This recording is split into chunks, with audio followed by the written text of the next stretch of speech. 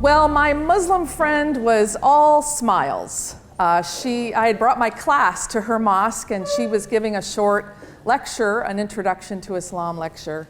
And afterwards, she asked for questions, and a hand went up. And somebody asked, well, what about Osama bin Laden and 9/11? And the smile vanished from her face, and her eyes were just filled with pain and frustration.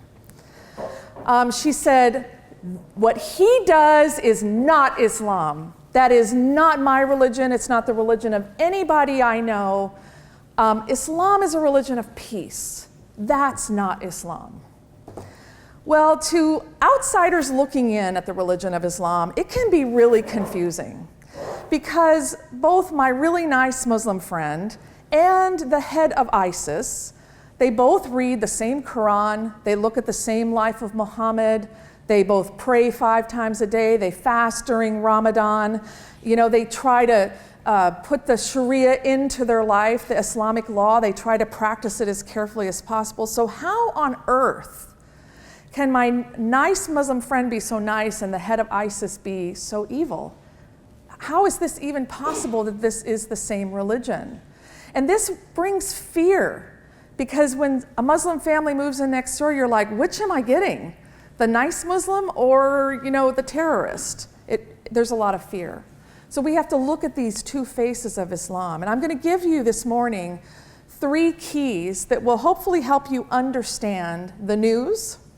And it will also help you understand why your Muslim neighbor might also be just as appalled at what they're seeing on the news as you are.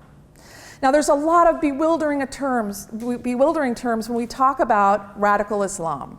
All kinds of terms like Salafism and Wahhabism and all these isms. And part of the reason for this is that radical Muslims are not unified, thank goodness. They have a lot of sharp disagreements about the timing of things and the method of things and who should be in charge and what should their priorities be. But there are 3 things that actually unite all radical Muslims. You will find this in all of their writings, these 3 things. A similar worldview, a similar interpretation of the Qur'an, and the same ultimate goal. So I want to give you those 3 keys this morning. The first is the worldview. What is the worldview of a radical Muslim?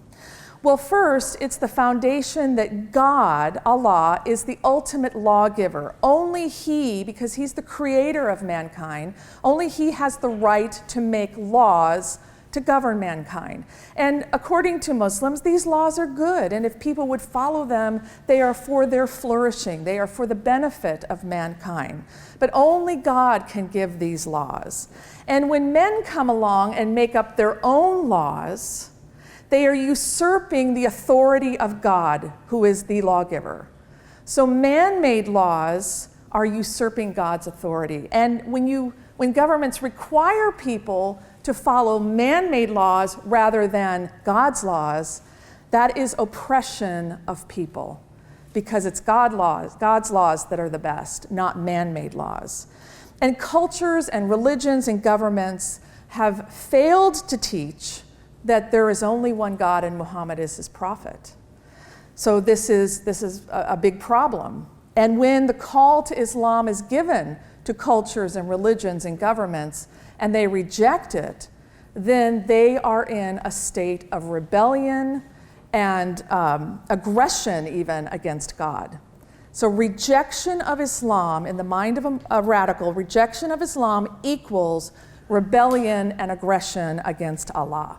So then it becomes every Muslim's duty to struggle, to wage jihad. Jihad means struggle, to struggle against these oppressive systems, these man-made governments, until everything is brought under God's law, under Islam. The founder of the Hassan al-Banna, who's the founder of the Muslim Brotherhood, said, "It's incumbent on the House of Islam to wage war against the rest of the world until such time as all nations submit to the will of God and accept Sharia law," which is God's law. So the second thing they all agree on is interpretation, how to interpret the Qur'an. The Qur'an was given over a 22-year period, and during the first 12 years, Muhammad lived in Mecca, and he had a very small following. He was really a persecuted prophet. The believers were commanded not to fight because they didn't have the strength to do that. He had a very favorable opinion of Jews and Christians. But then he moved to a place called Medina. And in Medina, for the next 10 years, he continued to receive revelations, but these revelations were very different. In the early years, it was mostly about monotheism. But in these later years, suddenly he's the head of a city-state, and he's receiving rules about family life and religious life and social life and civil law. He develops very harsh criticisms towards Jews and Christians. And suddenly, believers now are obligated to fight against unbelievers. Whereas before they were forbidden to fight, now they are obligated to fight. And we start to see these martyrdom themes. And so radical Muslims, how does this information help us? Radical Muslims look at the last portion of the Qur'an, and they say it supersedes the earlier portion of the Qur'an. So even though God initially told the believers not to fight and not to be aggressive against people, it's in the later verses that he says, now it's your obligation to fight. And so they believe that supersedes the earlier command not to fight.